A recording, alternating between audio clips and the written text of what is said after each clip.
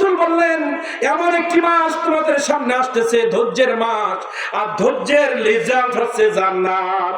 সুবহানাল্লাহ। যদি তুমি ধৈর্য ধরতে পারো তাহলে জান্নাত পাবে।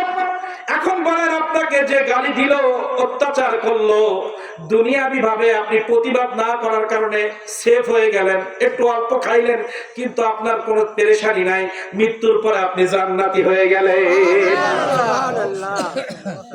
সুন্দর করে রাসূল ব্যাখ্যা দিয়েছেন ধৈর্যের মাস রমজান, আর যে কোনো একটা ধৈর্যের রেজাল্ট হচ্ছে জান্নাত।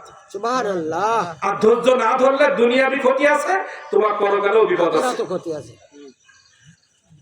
আর রমজানের রেজাল্ট কি দেখেন, এই হাদিস শেষ করে রেজাল্ট পরে বলছি, এটা এমন একটি মাস, ধৈর্যের মাস, এটা পুণ্যের মাস, এটা মিলন মেলা, এমন একটি মাস। খুতবা এখনো শেষ হয় নাই, আল্লাহ রাসূল এইভাবে বলতেছেন আল্লাহ রাসূল বলছেন এমন একটি মাস সাহাবী তোমাদের সামনে আসতে যাচ্ছে, এই মাসটা আছে মিলন মেলা।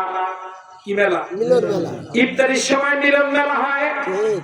সারা বছর মুসলমানের চেহারা দেখে দেখি নাই, কিন্তু তারাবিতে মানুষ কাতারবদ্ধ তারাবির জন্য রেডি হয়ে গেছে। সুবহানাল্লাহ।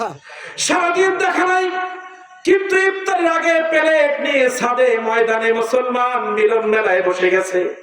ওখানে ধনী নাই গরিব নাই, ধনীর জন্য এক প্যাকেট খিচুড়ি, গরিবের জন্য এক প্যাকেট খিচুড়ি। কত সুন্দর পরিবেশে আল্লাহর বান্দাগুলো ইফতারি দিয়ে বসে যায়, কত সুন্দর মিলন মেলা।